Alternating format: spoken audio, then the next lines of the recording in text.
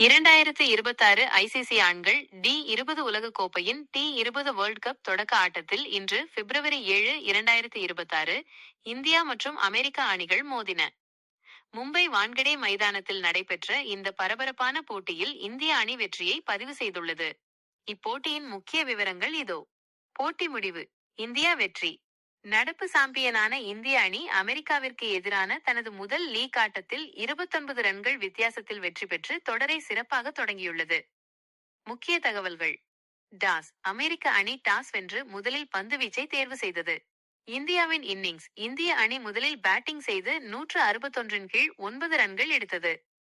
ஆரம்பத்தில் 46 ரன்களுக்கு 4 விக்கெட்டுகளை இழந்து திணறிய போது கேப்டன் சூரியகுமார் யாதவ் அதிரடியாக விளையாடி 84 நட்சத்திரக்குறி ரன்கள் 49 பந்துகள் குவித்து அணியை காப்பாற்றினார்.